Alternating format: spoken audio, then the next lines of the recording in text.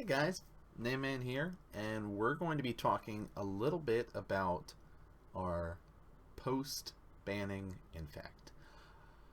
Oh, so we had our ban announcement, as people would expect to see. There was some stuff changing to standard. We also got to see two things leave modern. Gitaxian probe, Golgara Grave Troll. Well, Grave Troll doesn't affect us for Infect, but the Gitaxian probe is actually very relevant. And I know a lot of people that sat here and looked at the list and saw the banning announcements and were like, yeah, I'm really happy with this. It all makes sense why those were banned.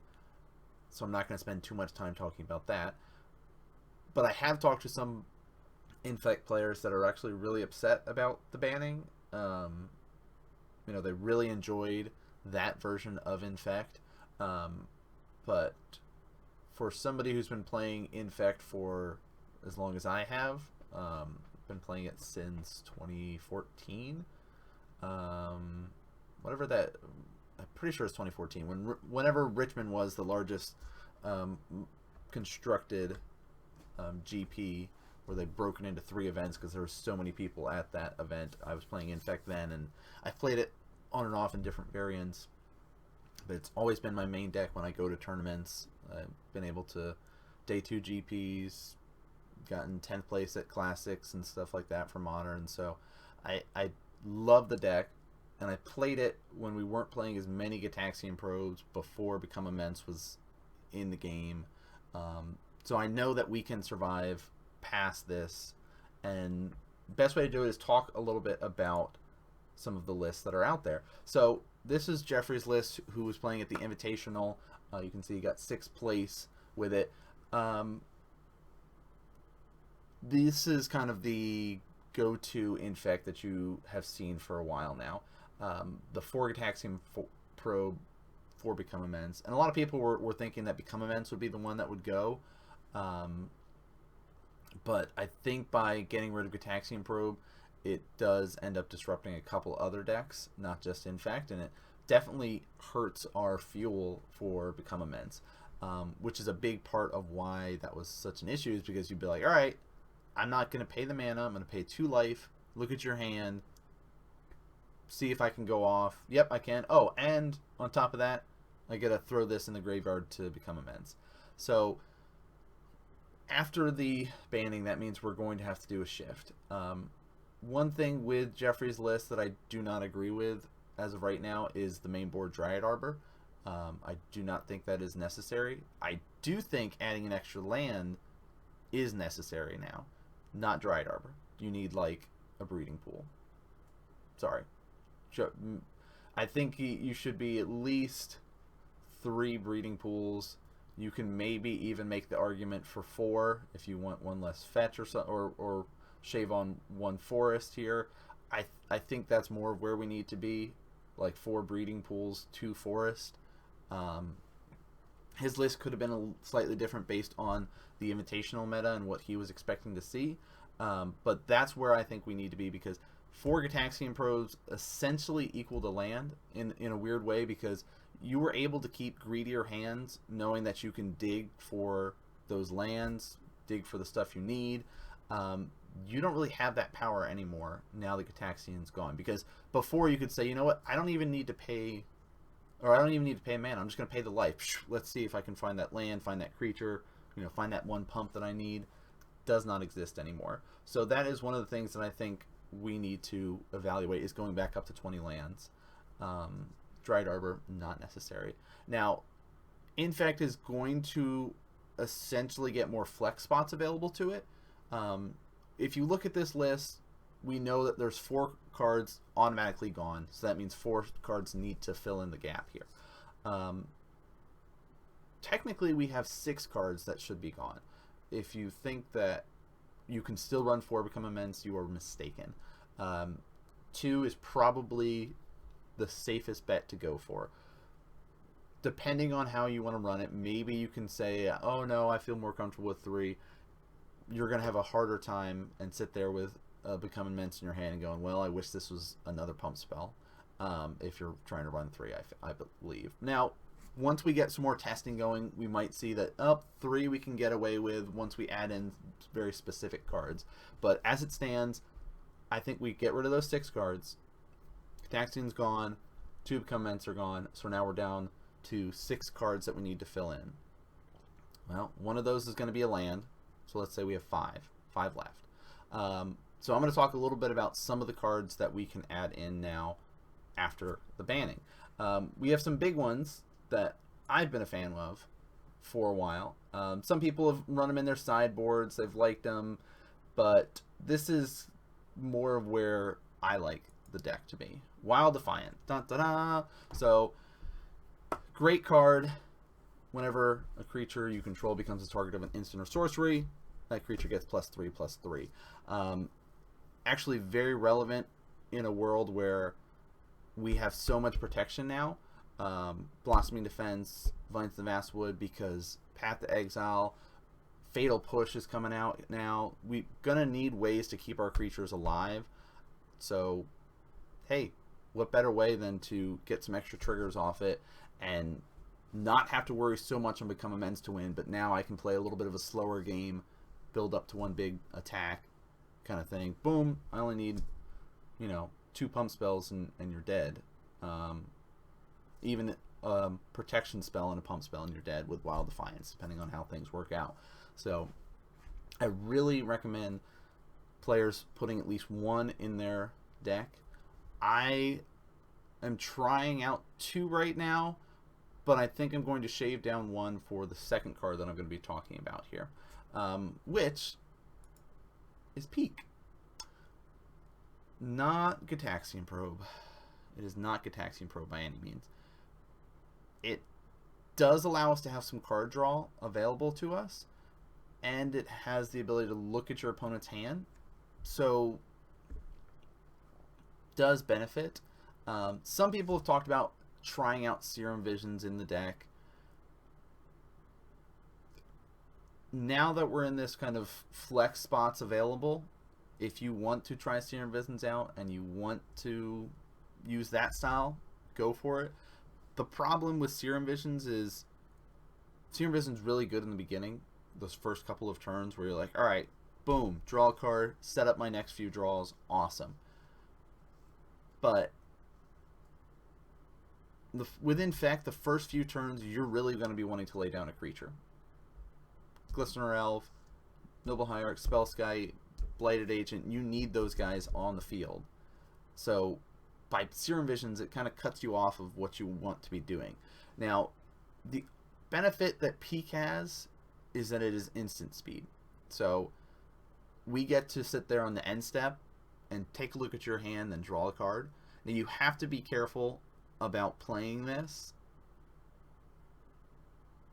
based on your mana, and that's why I think we need to go up to that 20 lands, because you always want to make sure you have some protection for your creatures. You can't just sit there and go, all right, is close clear, can I kill you now?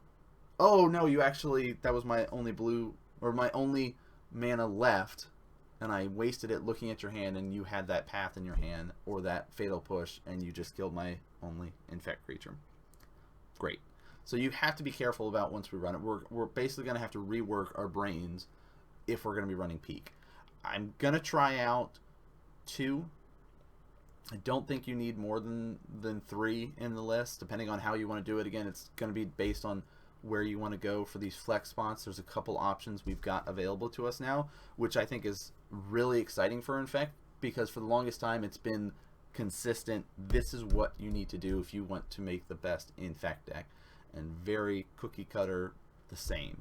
Very few flex spots available. Now we actually have more flex spots, more deck building available to us. So Peak is one of the ones that I think people should try out. Apostle's Blessing is another protection. If you're only running 1, maybe consider moving back up to 2, especially with Fatal Push coming out. That extra protection is important and pairs very well with Wild Defiance there. Here's a card that I'm going to show real quick that I'm a big fan of. I was a fan of it back when Gitaxian Probe and Become Immense were live and running rampant. So one of the flex cards that I've always had in my deck has been, well, not always, but over the last year and a half, Sylvan Scrying. Basically, this reads: pay 2 mana, find an Ink Moth, find a Pendelhaven. That's essentially what this card does for you. Very relevant when you're sitting there and losing your creatures left and right, and in a tough spot on those longer, grindier games, which, if things are going to pan out as people are predicting, the meta is going to slow down slightly.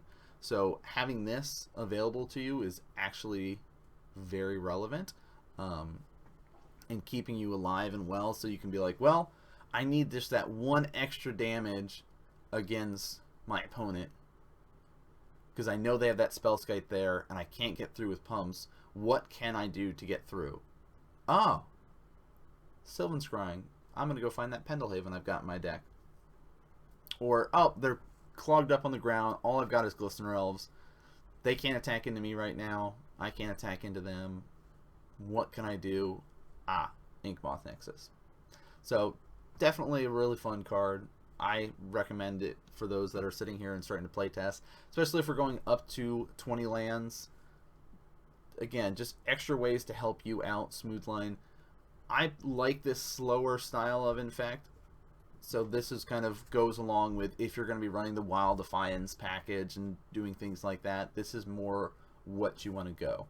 Now, there was a version of Infect before this slow stuff, before Become Immense, that was very all in, and we're going to talk briefly about that too as the last couple stuff to add in, and that's Groundswell.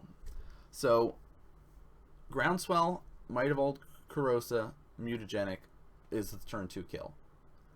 If you have a Groundswell, landfall trigger, of course, because in order to kill them on that turn 2 you need that landfall trigger, or Might of Old Corrosa, you are able to get +4/+4, and then of course the mutagenic +2.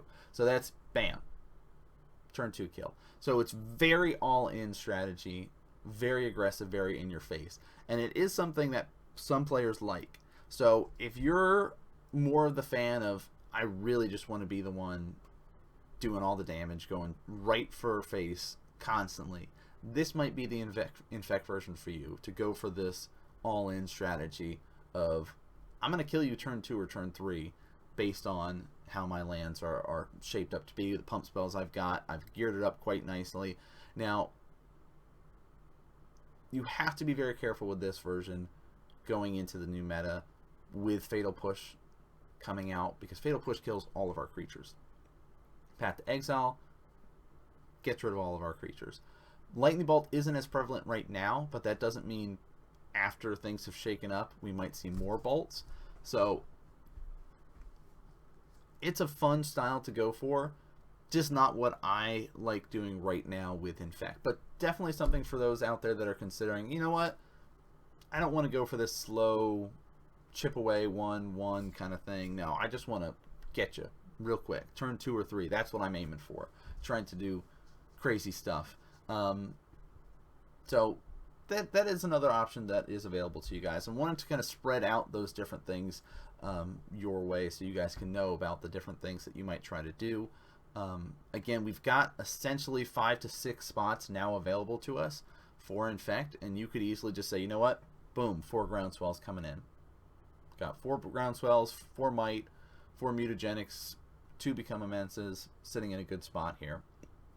You know, you've also got your Vines and Blossoming Defenses and other things, but definitely a way that you can play out the new meta going forward. But personally, I recommend going for that slower Wild Defiant style. It's really good. You know, and worst case, oh, I don't need this, I'm gonna take it out. Now, playing against Spellskite, Wild Defiance, great card, because even if they redirect your pump spells to their Spellskite, you're still getting the cast trigger and still getting that +3 off of Wild Defiance. So definitely something to be considering when you're looking into this kind of post Gitaxian probe Infect. But that's just a couple of things that I wanted to talk about. I've already started playtesting with it. There's regionals coming up in February that is modern based, so maybe you guys should start dusting off those other cards that you haven't been using as much for Infect, test them out. Then of course there's that team event taking place in Baltimore there for SCG.